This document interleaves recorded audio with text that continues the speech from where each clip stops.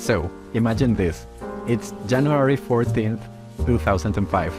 The biggest news in the UK has broken out. What is it, you may ask? The news is that the ultra-famous band Busted has just announced their breakup. It was terrifying news at the time for those who were fans of the band, like me. And I want to tell you why this is important and why this shaped me as an artist. Here's my list of things of what I want to talk about in the video today.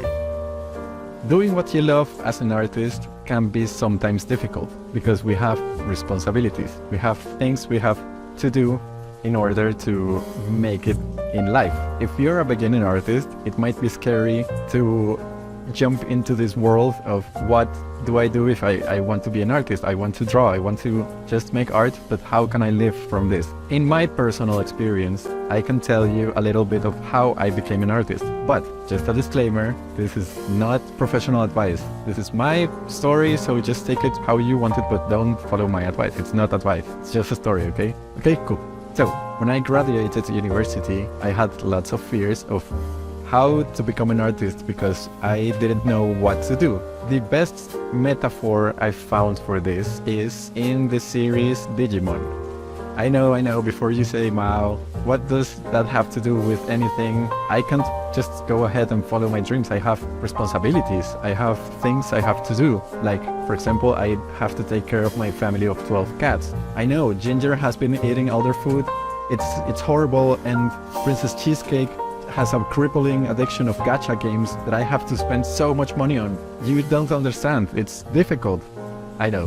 What I'm trying to say is that, of course, you have responsibilities, you have to do your thing, feed your 12 cats or whatever, but it might also be that you're making some excuses to not do the things that you love.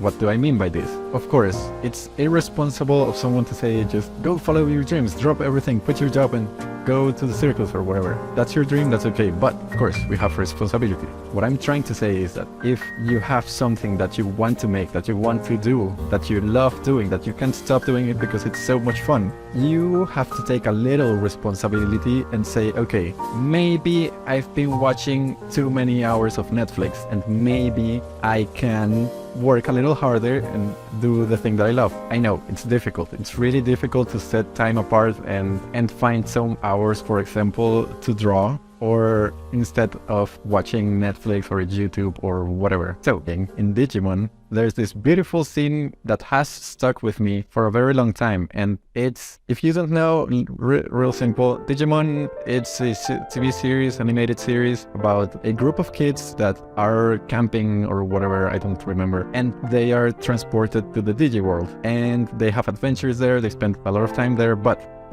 there's this scene in the series where Daichi, the main character, the main dude, is transported back to the real world, the human world, and he can go to his home, go to visit his family. But here's the thing, for him it's been like 6 months in the Digi world, I don't remember what, but he's lived an entire adventure there, and his friends are in danger, and I don't remember how, but he gets transported back. But in the real world, it has only been like a day or something. I know, mind-blowing stuff. And in this scene, he goes back to his house and he finds his little sister Karin, and she's like sick. She was staying home, and that's why she couldn't go to this camping trip, and that's why she didn't go to the Digi world. She was just staying there sick. Their parents were like, I don't know, working or whatever. She was just watching TV. He goes there, he hugs her, and hey there, sorry to interrupt the video. Mao from the future here. I know, I got a haircut. I don't know when these episodes are getting released, but I'm still learning how to edit videos. So I might have accidentally erased the file I was working on and I can't get it back. So I had to make this announcement so you don't get freaked out by my new appearance. I know I filmed this episode like months ago and I know I look different. So going back to the story. Tai has been in the Digi world for like 6 months, I don't remember, like a long time, with his friends. He has been with this group of other kids that he became friends with. He has been taking care of them. They have been fighting monsters together. They have been surviving, finding food, shelter.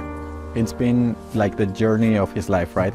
and he became the leader. Everybody looks up to him for decisions, they follow him, they depend on him to survive. And when Tai gets sucked back into the real world, he no longer has to be afraid for his life, because he can just stay home with his little sister and forget about the other kids. But that's not what he is. His whole character arc is that he becomes brave. So he's spending the day with his little sister, and then his city gets attacked by a Digimon that crossed over to the human world. So of course he runs there with his Digimon Agumon, and they start fighting this monster, but Agumon is like the baby version of whatever, and they digivolve into bigger creatures, but he's like the basic Digimon. So he starts trying to protect the entire city from getting destroyed, and Tai has to help him with his courage, braveness, I don't remember, power of love, whatever. So they figure out how to defeat the monster, but a hole appears in the sky, and the big Digimon monster that was attacking the city starts getting sucked up into the skies where this portal is to the Digi world. And so does Agumon, Tai's friend. And here is the best part, and I get goosebumps every time I just think about this story because it's so cool. Tai is just a little kid. He has been having like the adventure of his life. He has been surviving.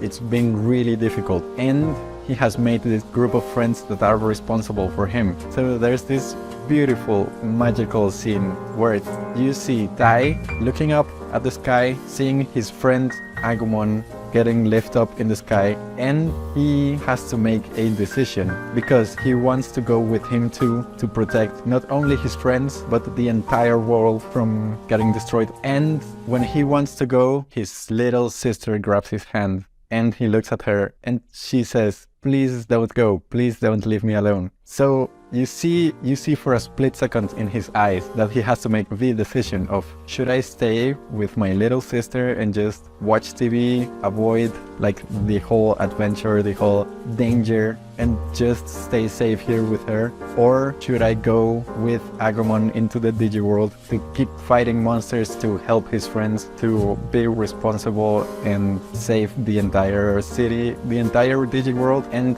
it's a beautiful decision because this is just a kid. He's like, I don't know, 12 years old, and his little sister is hanging on to him, and she says, "Please don't go, please stay with me, stay where it's safe, our parents will take care of us, don't go to the dangerous world." But then he steps into the light and he starts getting sucked into the portal, and you see like his little sister just hanging on to him until she no longer can hold him. And Tai says, of course, "I promise I'll get back to you."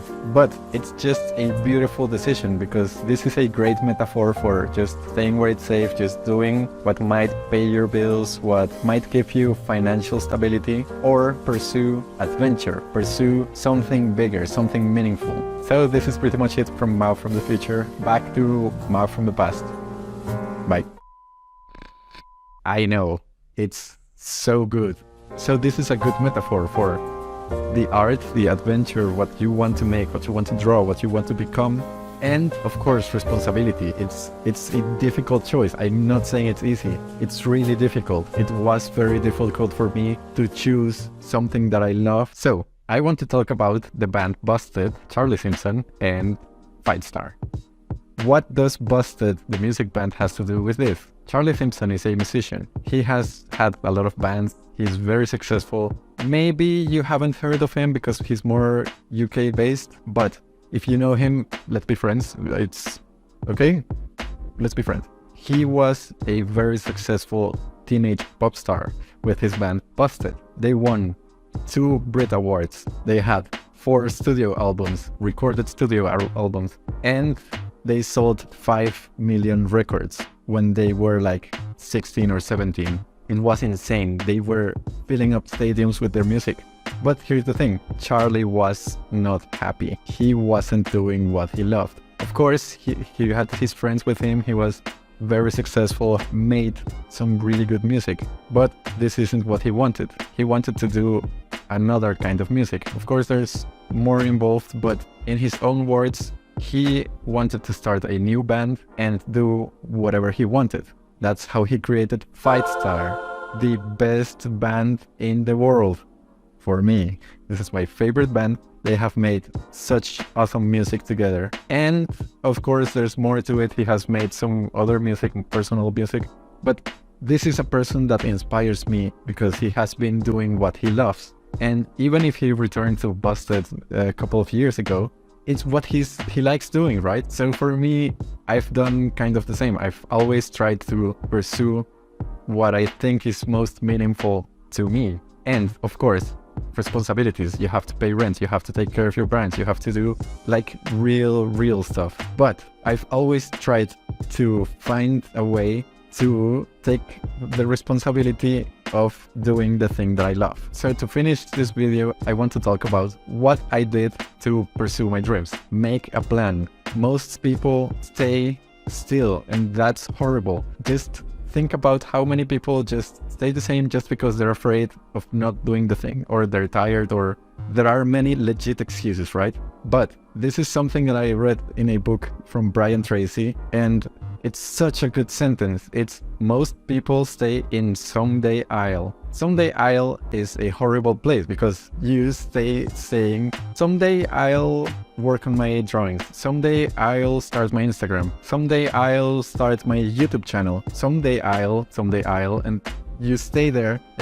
Most people don't leave that place. So I'm trying to encourage you to, of course, do the responsible thing, work hard, do your thing. But as an artist, it's your responsibility to make the things that you love, because you have this creativity gift that not many people share. So just make a plan, study, try to cut some hours on the things that you know that you shouldn't do. That even if it's like half an hour, 15 minutes, try to take that little time and do it. Set your goal list and say, okay, I want to do this. How can I do it?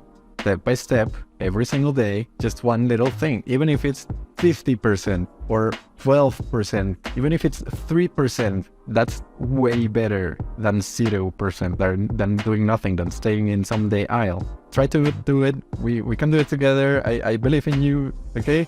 So that's pretty much it. Please watch Digimon, please listen to Fight Star, and I'll see you later. Thanks for watching. Bye.